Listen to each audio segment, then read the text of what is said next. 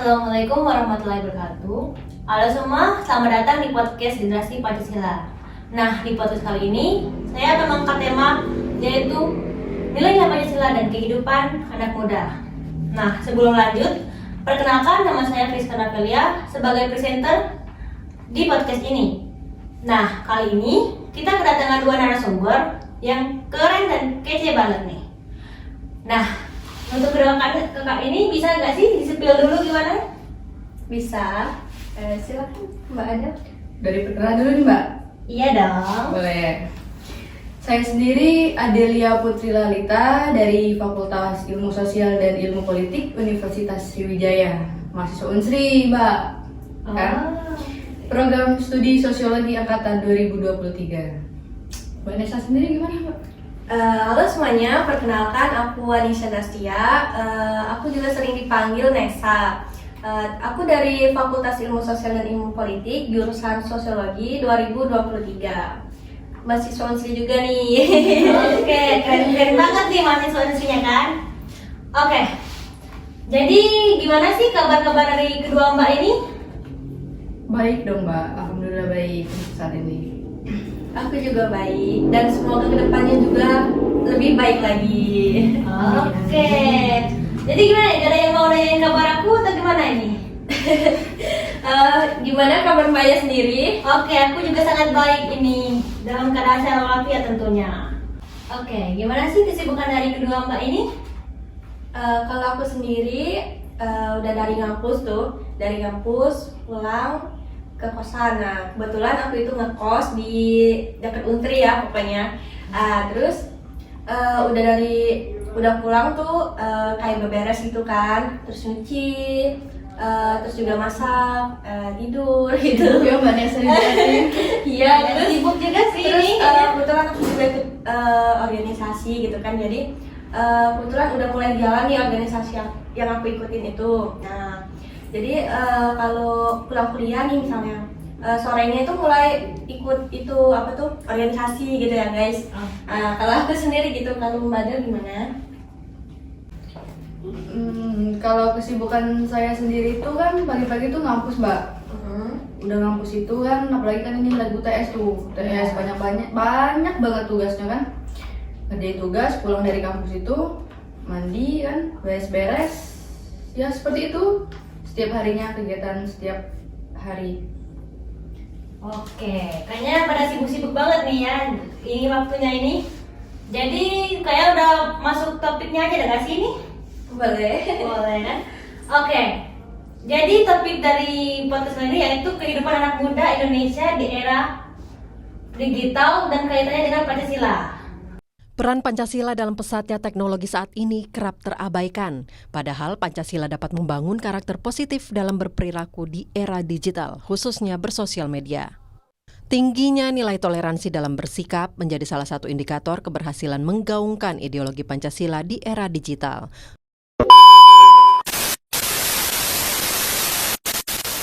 Oke. Sebelum masuk pembahasan ini gimana sih kehidupan kakak-kakak ini? Bisa di spill atau dibicarain dikit ini? Silakan Mbak Ada. Kalau dari saya kan, saya asal Palembang Mbak. Iya. Asal Palembang.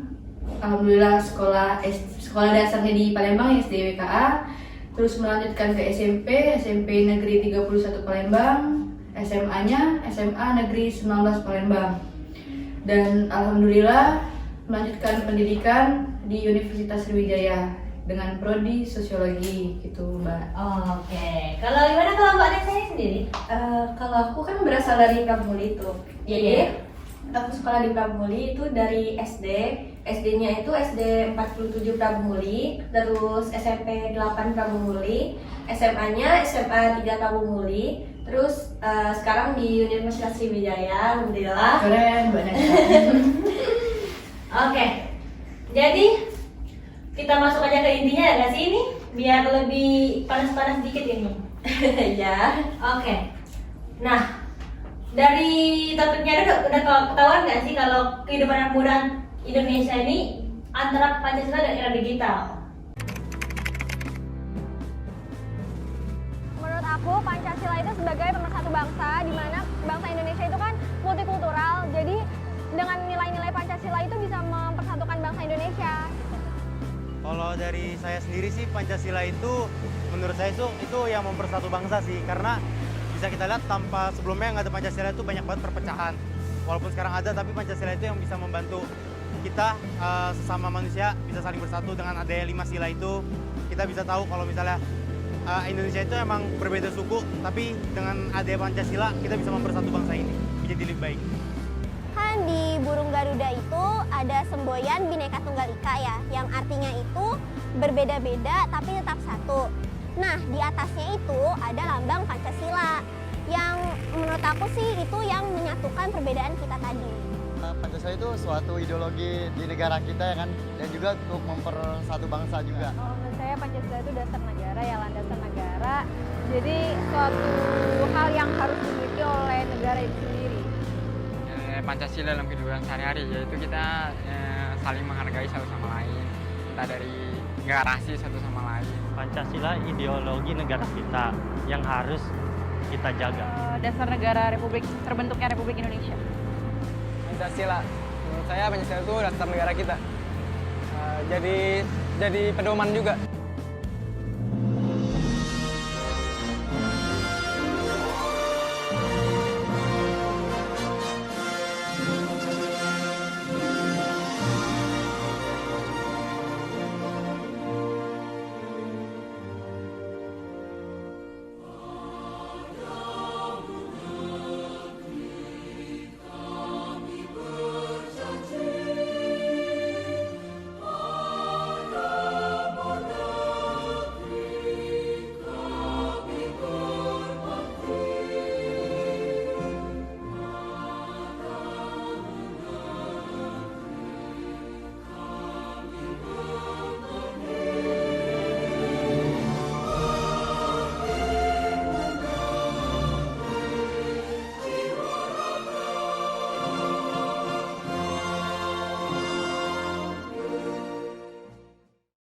Oke. Jadi apa sih keterkaitan antara era digital dengan Pancasila itu sendiri, Mbak? Kalau menurut aku sih di era digital ini kan ada keterkaitannya tuh sama Pancasila.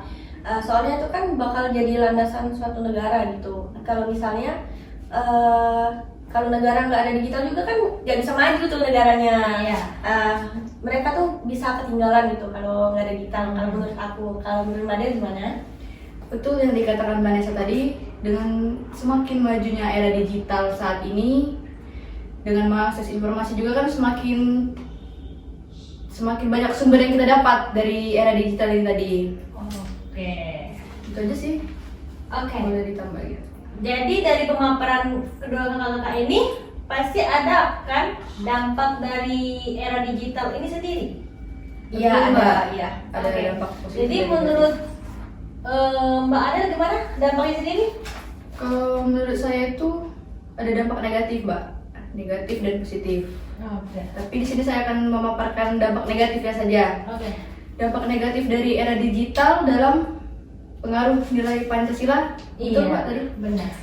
Saat ini kan dengan maraknya era digital ini semakin banyaknya sumber yang masuk ke dalam Negeri. betul, ke dalam negeri, dan banyak pula sumber yang didapat itu. Nah, tadi kan kita udah bahas tentang dampak negatif dari era digital nih, Mbak. Iya. Jadi tentunya kita punya dampak maksudnya dampak positif dari era digital sendiri. Iya, Bisa betul. dong sih dibicarain gimana tentang dampak positifnya ini? Kalau menurut aku sendiri dampak positifnya itu di komunikasi nih. Kita itu Berinteraksi gitu ya, Mbak. iya, Betul. kalau di zaman dahulu itu lebih susah nih kan, harus pakai surat, harus ada perantaranya gitu, baru ke orangnya, terus orangnya itu nerima, bales, mau ke orangnya itu perantara lagi, baru ke aku misalnya tuh. Nah gitu. Kalau sekarang itu kan udah ada gadget nih kan, jadi kita tuh lebih mudah untuk berkomunikasi gitu.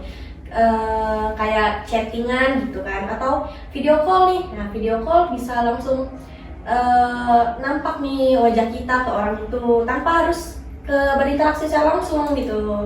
Udah bisa lewat online nih ya guys ya. Terus juga kalau misalnya kita belanja nih, sekarang ini kan lagi Online shop gitu ya, Mbak? Iya, sekarang ini Betul. lagi cuacanya mungkin sedikit buruk ya. Iya. Jadi buat keluar rumah itu yang perlu-perlunya aja gitu. Terus sekarang ini kebetulan udah ada online shop gitu ya kan. Jadi kita bisa belanja dari rumah gitu, ntar di rumah orangnya gitu ngantar barang ke rumah kita gitu. Lebih mudah sekarang intinya. Kalau kata aku sih gitu aja. Oke. Kan ini kehidupan anak muda ya Mbak topiknya ini. Iya. Nah, jadi era digital ini apa sih kegunaannya yang lebih khusus untuk mahasiswa gitu? Kalau menurut aku, ini kan juga menurut aku kan cuaca buruk gitu ya. Iya. Bisa nih buat mahasiswa gitu melakukan pembelajaran secara online gitu lewat aplikasi Zoom gitu kan. Sekarang ini kan banyak nih aplikasinya gitu. Salah satunya itu Zoom ya. Nah jadi dosen tuh bisa memberi pelajaran gitu, memberi pengarahan mata kuliah kepada mahasiswa-mahasiswinya gitu lewat online, nggak secara langsung gitu.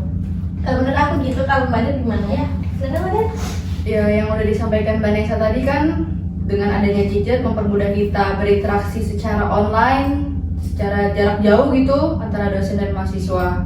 Jadi mempermudah kita untuk berinteraksi tanpa harus bertemu Iya. langsung begitu Mbak. Oke. Nah, dari kedua pembahasan ini tadi tentang dampak positif dan dampak negatifnya ini sendiri, menurut Mbak gimana sih tentang dampak positif atau dampak negatif ini, lebih banyak ke negatif atau positifnya nih? Gimana Mbak Adel sendiri? Kalau aku sendiri sih itu lebih ke dampak negatif. Kenapa dampak negatif? Ya karena dengan era digital ini semua mempermudah masyarakat, anak-anak muda zaman sekarang untuk menggunakan gadget. Terpengaruh juga kan gitu Mbak. Iya, benar. Pokoknya negatif, kalau kata aku sih negatif, terpengaruh gitu. Kalau gimana kalau Reza? Kalau menurut aku lebih ke positif ya. Karena kan sekarang ini kayak belanja nih kan, belanja tuh lebih mudah gitu. Terus kita mengakses, misalnya kita mau cari cara memasak ikan misalnya, itu kan lebih mudah itu, lebih mengaksesnya itu lebih mudah. Kalau zaman dulu itu kan harus pakai buku resep yang Iya. tebal gitu ya kan. Nah, kalau sekarang nggak usah, pakai gadget aja udah langsung semua tuh, langsung keluar semua gitu. Terus juga kalau misalnya kita mau pesen ojol nih, ojek ya kalau sekarang ini ya. Kalau misalnya kita mau pesen ojek, kalau dulu itu kan harus harus kita cari nih kan, keluarga mau cari pangkalan ojek gitu. Iya. Kalau sekarang itu kan nggak lagi gitu, langsung lewat aplikasi pesen ya ojek di sini gitu. Udah langsung datang ya, kita langsung berangkat gitu, lebih mudah maksud aku gitu. Betul. Oke, jadi keduanya memiliki pendapat masing-masing ya. Pendapat yang berbeda kami Mbak. Oke, kubunya beda-beda nih. Oke, jadi gimana kalau kita lanjutin aja ya nggak sih? Iya, Boleh. Oke. Nah, menurut kedua Mbak ini, apakah dampak dari era digital ini dapat memberikan atau merusak tatanan negara Indonesia sendiri, yaitu Pancasila? Boleh buat Mbak Nesa dulu. Kalau menurut aku, iya tuh bisa merusak tatanan negara gitu. Karena kan karena seperti yang dikatakan Mbak Dal tadi, ada dampak negatifnya itu. Misalnya nih suatu negara ingin tahu tuh apa yang ada di suatu negara itu, berbeda negara nih ya Mbak, misalnya negara A nih mau tahu informasi tentang negara B gitu. Iya. Nah, negara A ini lebih mudah aksesnya gitu lewat internet tadi. Internet, situs web Iya, gitu kan Mbak. lebih jadi privacy suatu negara yang B tadi bisa diketahui oleh negara A tersebut gitu. Terus juga bisa penyebaran berita-berita hoax gitu kan tentang negara ini tuh kenapa gitu. Menurut aku gitu. Kalau menurut Mbak Dea gimana? Betul yang dikatakan Mbak Nesa tadi Mbak Friska. Di sisi lain juga kan ada penyebaran hoax tadi kan Mbak. Ya. Penyebaran hoax, terus juga apa itu Kayak berita palsu gitu tentang negara itu ngapain gitu. betul, Padahal betul nggak sekali. terjadi gitu ya. Betul yang dikatakan Mbak Nesa tadi kan itu ada penyebaran hoax. Penyebaran hoax ya. Penyebaran hoax itu kan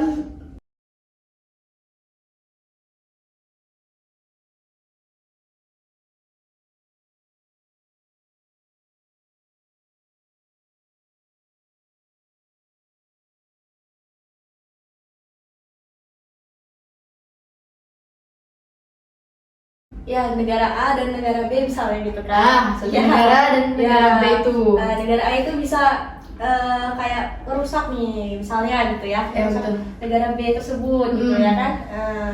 Padahal nggak terjadi gitu karena hoax gitu tadi kan. Jadi negara A tuh kayak Mempercayai suatu situs web tersebut. ya kayak merusak negara B itu melalui situs web gitu ya. Oke, jadi berdasarkan pemaparan kedua Mbak ini, Pancasila itu bisa aja terganti dengan hal-hal yang ada di era digital sehingga merusak tatanan negara itu sendiri. Iya. Ya. Nah, jadi gimana sih menurut Mbak cara mengatasinya itu sendiri gimana? Kalau menurut saya itu dengan mengatasinya jangan terlalu berpengaruh terhadap gadget. Bisa jadi kan ada pengaruh buruknya, seperti yang sudah kami sampaikan tadi, ada pengaruh negatif dan positifnya. Ya, kayak misalnya di dalam Pancasila itu kan ada sila pertama tuh ketuhanan yang Maha Esa. Kalau misalnya ini kebetulan aku agama Islam ya di sini, maaf kalau menyinggung agama lain nggak bermaksud. Kebetulan di sini aku agama Islam, jadi biasanya nih ya kalau anak muda zaman sekarang itu lebih fokus ke gadget gitu. Kalau misalnya azan nih, dengar azan kan, mereka tuh masih Sibuk kayak dengan gadget mereka masing-masing sibuk gitu. gitu kan, kayak foto-foto atau chatan sama pacarnya gitu. atau mereka teleponan gitu, terus nggak sholat tuh lewat gitu kan. Terus juga ada di sila-sila yang lain itu kayak kebersamaan gitu kan. Kebersamaan nih, bersosialisasi. Kalau di zaman sekarang itu kan lebih fokusnya ke gadget masing-masing gitu. Kalau mereka kumpul-kumpul itu fokusnya ke gadget, nggak sesama gitu. Jadi nggak berinteraksi gitu. Kalau menurut aku gitu. Oke, jadi berdasarkan yang Mbak Sing tadi tentang ketuhanan ya Mbak? Iya. Nah, pada era-era digital ini udah tahu dong kasus-kasus yang marak di internet ini? Iya. Oke, jadi ada sebuah artikel tentang mengenai LGBT. Nah, menurut Mbak ada yang tahu sih LGBT itu sendiri? Tahu Mbak, tahu. Oke, nggak perlu dibahas lagi berarti ya? Betul. Oke, jadi LGBT ini udah tentu merusak tatanan nilai dari Pancasila dan itu menimbulkan dampak negatif dari era digital. Ya. Jadi menurut Mbak gimana tuh pendapatnya tentang LGBT ini sendiri? Kalau menurut aku ya LGBT itu suatu yang salah gitu ya, pokoknya lebih ke negatif gitu.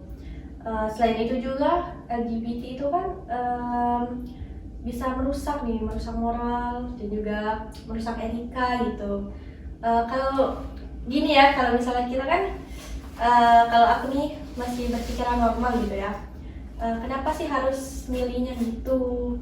Ya, betul. Pemikiran yang belok itu ya Mbak. Belok. Jadi kalau menurut Mbak sendiri kenapa sih LGBT ini datang saat era digital ini sedang mulus-mulusnya Mbak? Iya, kebetulan ini kan banyak nih di aplikasi itu. Kayak video beredarnya, misalnya nih aku sama Mbak Adel gitu, berpacaran misalnya ya gitu, buat video mesra gitu ya di aplikasi tersebut. Nah, sehingga masyarakat yang melihat video aku sama dia itu jadi kayak ikut-ikutan gitu.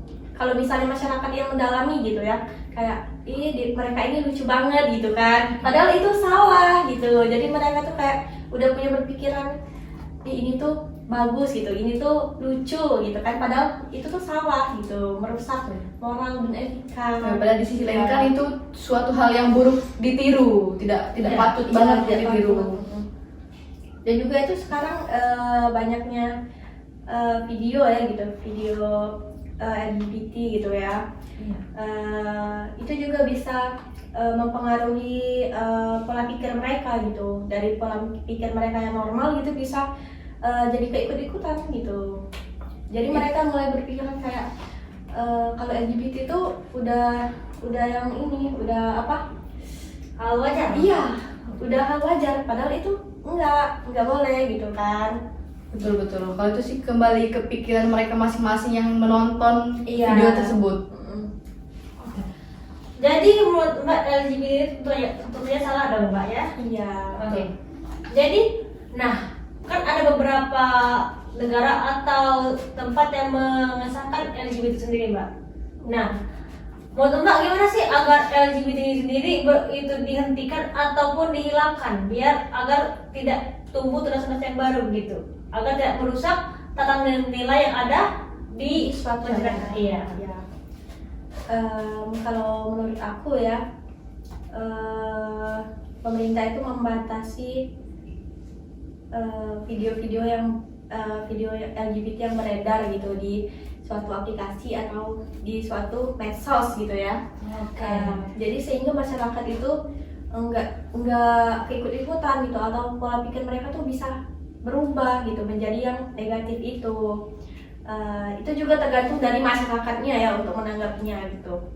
Atau sekarang ini kan udah ada film-film LGBT gitu ya. Itu sebenarnya lebih baik dihindari untuk menontonnya gitu kalau menurut aku. Oke, gimana Mbak Andri? Betul, yang dikatakan Vanessa tadi kan itu termasuk sisi negatif ya Mbak? Iya. Sisi negatif dari LGBT tadi. Kalau dari aku itu sebaiknya hal yang buruk itu jangan Jauhi. Iya. Jangan dibuat lah, jangan buat dan jangan dipertontonkan untuk masyarakat luas gitu Mbak. Iya. Nah, mungkin kalau Mbak Andri ada saran atau kritik mengenai tentang LGBT sendiri? Kalau menurut aku LGBT sendiri itu kan tumbuh karena konsep pola pikir masyarakat sendiri ya gitu. Bisa jadi mereka itu melakukan LGBT itu karena ada trauma gitu atau apa gitu ya di dalam diri mereka sehingga mereka melakukan hal tersebut gitu. Sebetulnya itu termasuk hal yang salah, tapi kalau menurut konsep mereka gitu itu benar gitu, karena mereka udah pola pikirnya udah terkontaminasi karena trauma tersebut. Nah, jadi mereka membenarkan hal tersebut gitu. Sebaiknya itu dihindari ya itu, dan juga kita tuh harus selalu berpikir positif gitu ya kan Mbak Ada.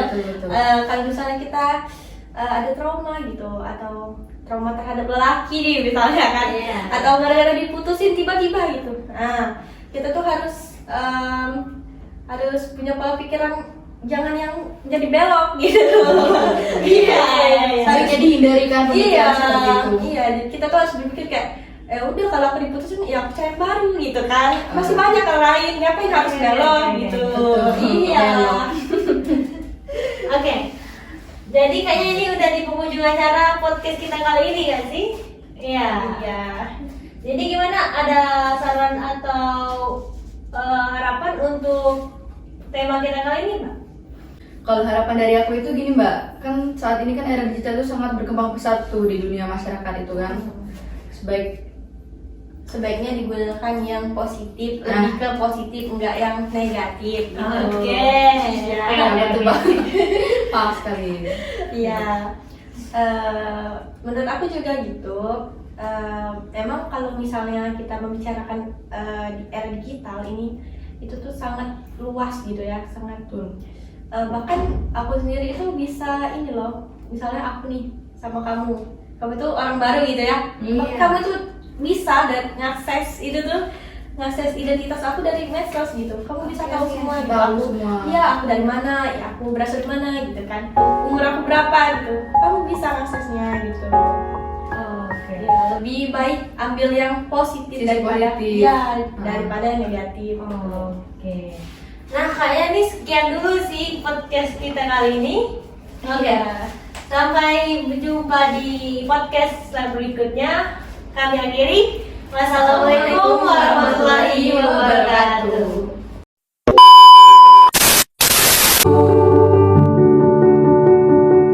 Malam itu aku menggali di dalam ingatanku, menggali di dalam ciptaku, menggali di dalam khayalku. Apa yang terpendam di dalam bumi Indonesia ini, agar supaya sebagai hasil dari penggalian itu dapat dipakainya sebagai dasar daripada negara Indonesia merdeka yang akan datang. Sudah terbukti bahwa Pancasila yang saya gali dan saya persembahkan kepada rakyat Indonesia, bahwa Pancasila itu adalah benar-benar satu dasar yang dinamis.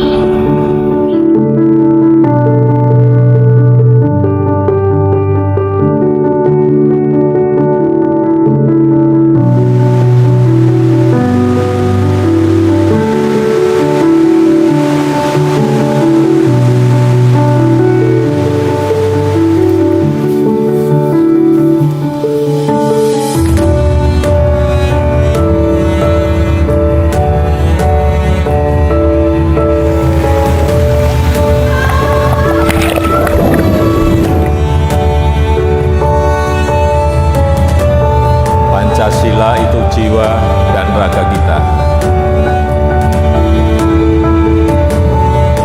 Ada di aliran darah dan detak jantung kita. Berkat keutuhan bangsa dan negara. Saya Indonesia, saya Pancasila.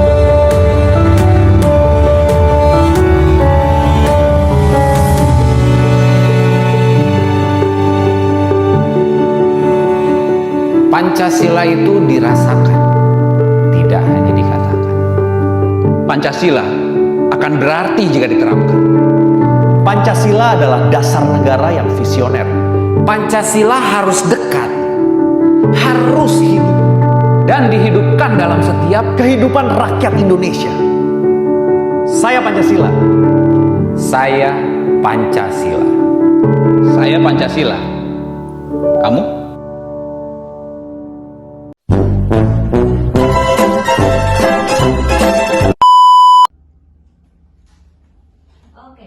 Dari dampak negatif pasti ada juga dampak positif. Nah, jadi bisa diangkat gimana nih dampak positif dari era digital ini sendiri? Nah, kalau menurut aku nih, dampak positif dari era digital ini tuh kita lebih mudah mengakses nih. Kalau zaman dulu tuh komunikasi itu kan kalau